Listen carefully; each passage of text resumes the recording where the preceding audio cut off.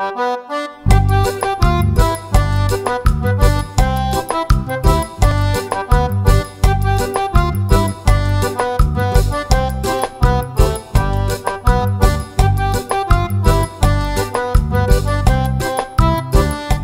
lamala. Cette tradition d'origine alsacienne est née au XVIe siècle. Ce petit agneau, symbole chrétien, était partagé le matin de Pâques. À l'époque, le fiancé offrait un lamala à sa promise, en symbole d'amour. Et les enfants en recevaient un au retour de la messe du dimanche de Pâques. Cette pâtisserie en forme d'agneau est attendue par tous chaque année. Bonjour mes frisons, ça y est, nous sommes au dimanche de Pâques. Ah, une matinée chargée. Par contre, le pâté, vous le verrez coupé à la prochaine vidéo parce qu'on va le couper tout à l'heure. Mais par contre, je peux vous dire qu'à côté là, ça sent super bon. En attendant, là, nous allons faire les deux recettes, les tartelettes de Pâques et l'agneau de Pâques. Alors, un petit détail, si vous voulez faire deux recettes à la suite, commencez par regarder quelle est la recette qui va cuire le plus fort ou le plus doucement. Parce que c'est difficile, ça prend du temps de refroidir un four. Donc moi, il s'avère que je vais mettre le four à chauffer à 175 degrés pour l'agneau, mais pour les tartelettes, il me le faudra à 180. Donc contrairement à ce que je vous ai dit hier, là, on va commencer par l'agneau de Pâques. C'est parti! Pour faire l'agneau de Pâques gâteau, il nous faut quoi? Il nous faut un moule qui ressemble à ça. Vous avez deux côtés, on va bien le beurrer, le fariner. Ensuite, on va le joindre, l'attacher avec les attaches qui sont prévues à cet effet. Et ensuite, il sera prêt, on commence la recette. Voilà. Allez, je beurre et je farine mon moule. Alors, moi, j'ai pris des petits morceaux de beurre que je commence à étaler grossièrement avec le doigt. Ça fait du bruit, mon affaire. Alors, il existe des moules en terre cuite, mais ça, ils sont très anciens et ils doivent coûter très cher. Mais vous trouvez très facilement ces moules, comme ça, anti-adhérents normalement, en métal. Alors moi j'étale d'abord avec les doigts et après pour que ça aille bien partout, mon beurre, je n'hésite pas à aller partout. Essayez de déborder un petit peu là, pour être sûr que la pâte n'approche pas. Donc j'étale mon beurre bien partout.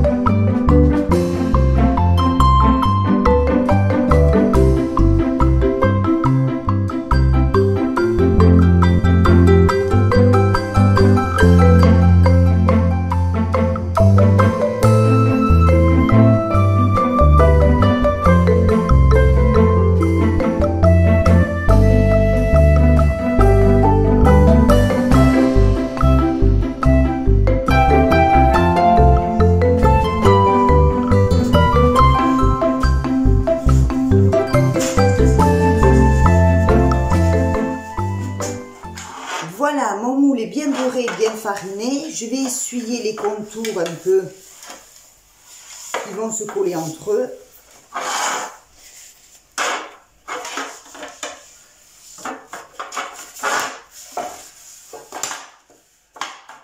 Il fait beaucoup de bruit, hein.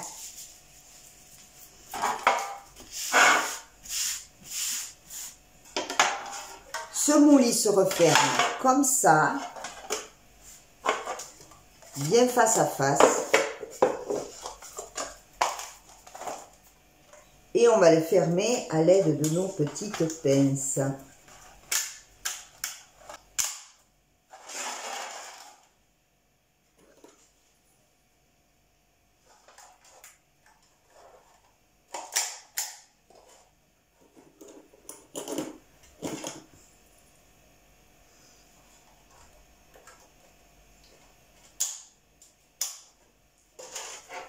Voilà, le moule est prêt, on le met de côté et maintenant je vais pouvoir vous dire exactement ce qu'il vous faut pour faire cette recette. Alors, cette fois c'est la bonne, il vous faut 2 œufs, il vous faut un paquet de sucre vanillé, il vous faut 50 g de fécule, il vous faut 100 g de sucre, il vous faut 75 g de farine. Alors moi je vais parfumer mon agneau à la noix de coco. Il existe de la farine de noix de coco, donc vous pouvez mettre 20% du total du poids, 20% de farine de coco et le reste de farine, moi j'utilise la farine de riz. Mais vous pouvez utiliser la farine que vous voulez.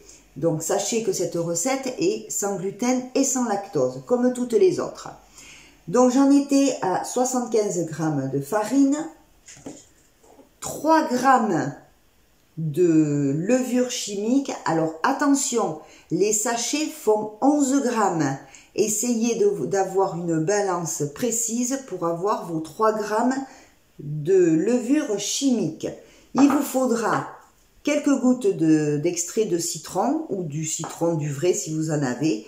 Et moi, j'ai de la noix de coco en plus. Vous verrez pourquoi. Voilà. Et bien maintenant, on peut commencer la recette. Alors, c'est parti. On va commencer. Roy, ce matin, il a décidé d'aboyer. Donc, on va commencer par séparer nos 2 jaunes des blancs. Alors, Nanou, ne te loupe pas. Jusque-là, tout va bien. Voilà.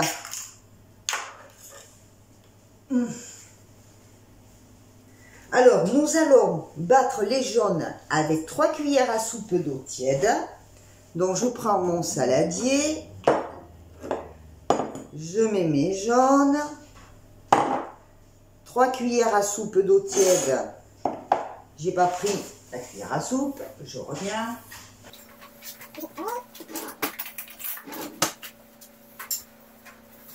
Alors, battre les jaunes d'œufs avec 3 cuillères à soupe d'eau tiède à température ambiante.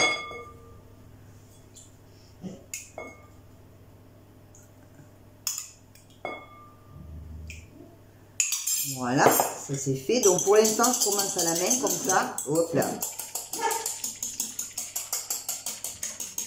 Et ajouter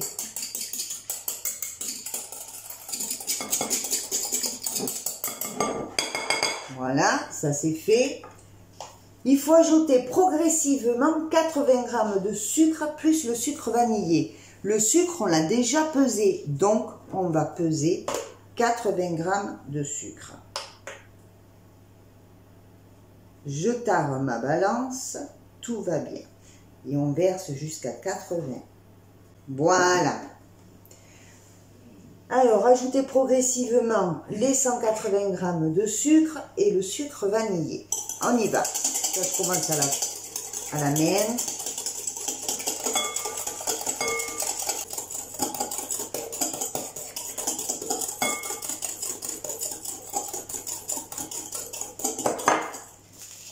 Le sucre vanillé.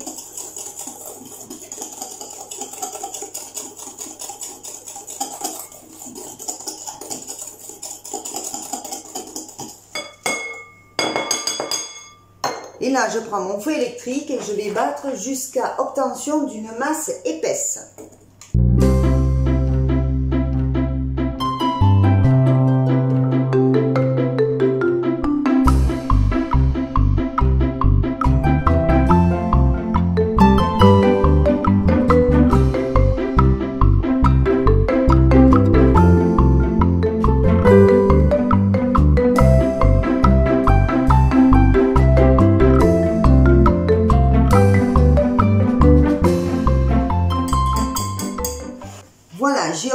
obtenu ma masse épaisse. Maintenant, je vais prendre un autre récipient parce qu'il faut maintenant battre les blancs en neige avec les 20 g de sucre qu'il nous reste. Puis, on va les rajouter à ce mélange. Alors, maintenant que notre préparation est prête, on va battre les blancs en neige avec les 20 g de sucre qu'il nous reste. Voilà pourquoi il vous faut aussi un fouet électrique. C'est parti! Allez, on bat les blancs en neige.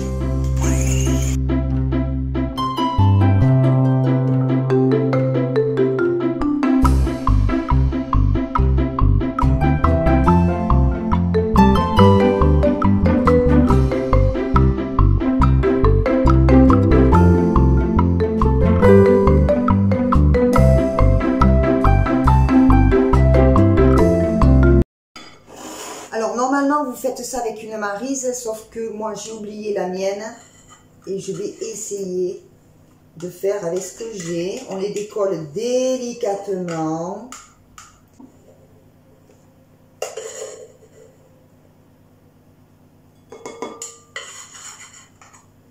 Alors moi je fais avec ce que j'ai, évidemment.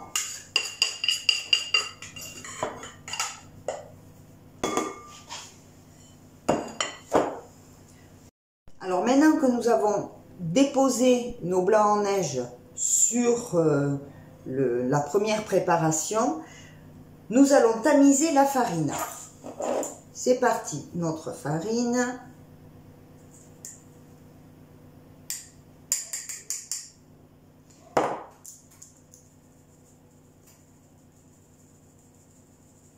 Voilà, en général, il vous reste des petites boules comme ça, on peut les écraser un peu.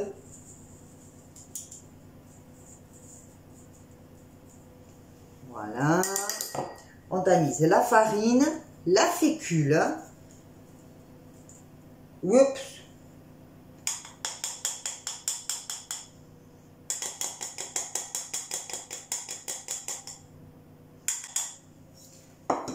la fécule, ensuite on va ajouter la levure. Bon, ça je pense qu'on n'a pas besoin de la tamiser, la levure. La levure, on va mettre notre petit extrait de citron, juste quelques gouttes. Voilà, moi je vais rajouter 2 ou 3 pincées de noix de coco râpée.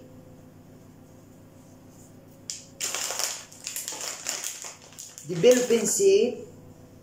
Mais rappelez-vous que pour le faire à la noix de coco, il y a déjà la farine de coco. Voilà, j'essaie de faire très léger. Et il nous faut ensuite incorporer tout ça tranquillement pour ne pas agresser les blancs en neige. Alors on tourne. Voilà.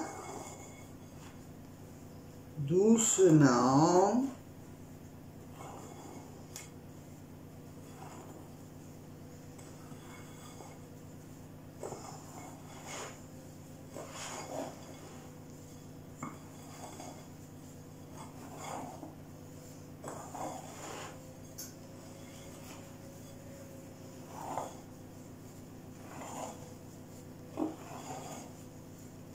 Quand on vous dit incorporer, c'est doucement, mélanger tranquillement.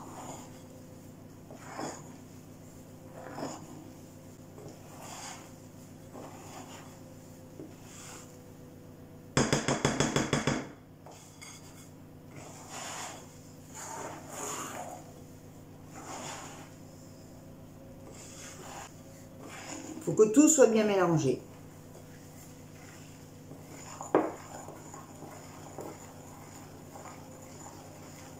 Alors logiquement, la quantité d'ingrédients pour la recette correspond à la taille du moule. Parce que le moule, il ne faut pas le remplir jusqu'en haut puisque le gâteau va lever. C'est bien mélangé.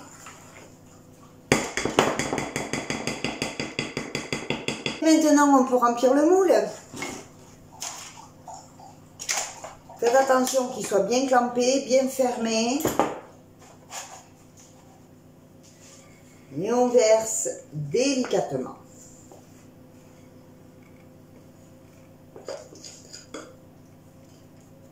Commencez un petit peu par la tête.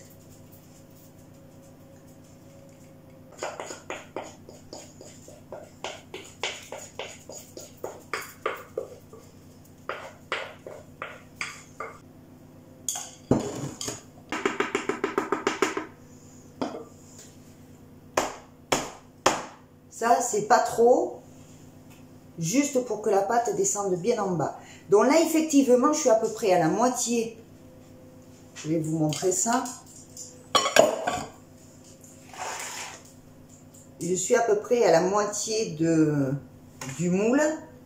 Maintenant, il n'y a plus qu'à enfourner ça dans notre four qui est chaud à 175 degrés pendant 30 minutes.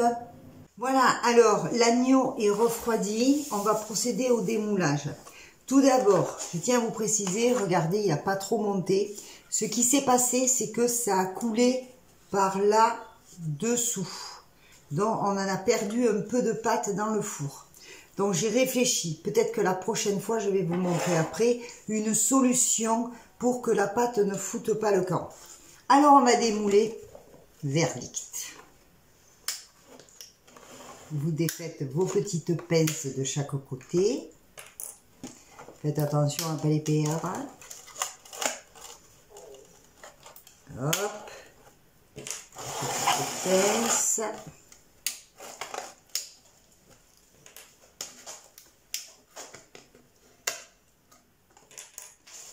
On le met en position couchée.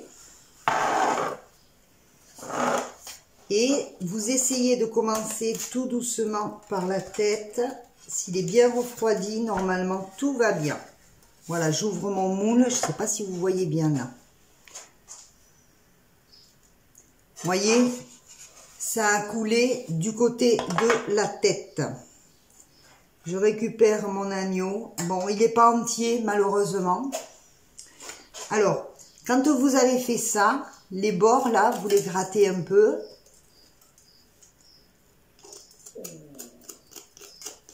Voilà, pour qu'il soit joli. Alors, est-ce que c'est parce que c'est la première fois que je me sers de ce moule? Vous voyez, ça a coulé depuis là. Alors, moi, ce que je pense que je vais faire la prochaine fois, c'est peut-être mettre du papier alu ici. Vous voyez, entre les deux moules, mettre du papier alu entre les deux moules au niveau où ça risque de couler, de façon à faire joint. Le faire ressortir ici, le papier alu, pour faire une plaque.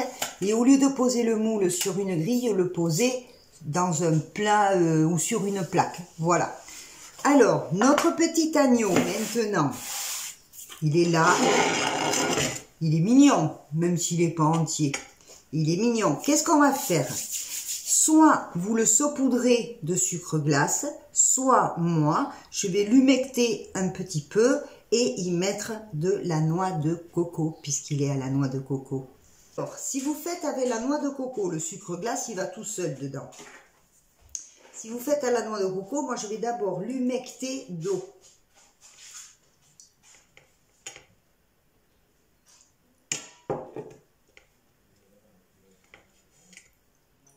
De l'eau à température ambiante, comme ça, avec votre pinceau.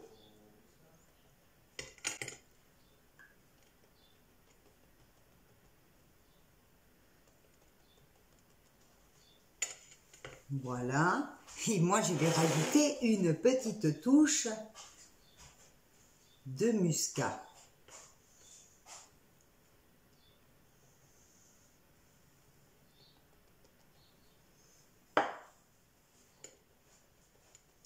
Ça, c'est pour les grands, hein, c'est pas pour les enfants. Hein. Et une fois humecté, normalement, vous pouvez le saupoudrer de noix de coco.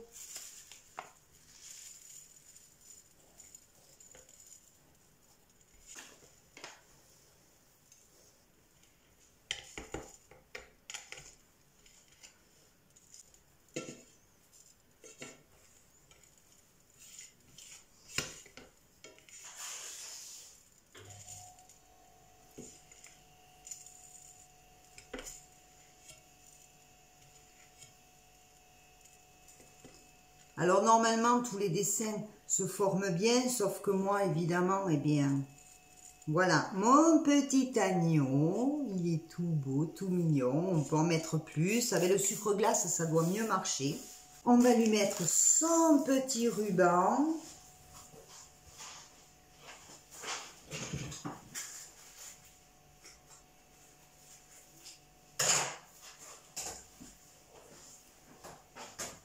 Vous choisissez le ruban de la couleur que vous voulez.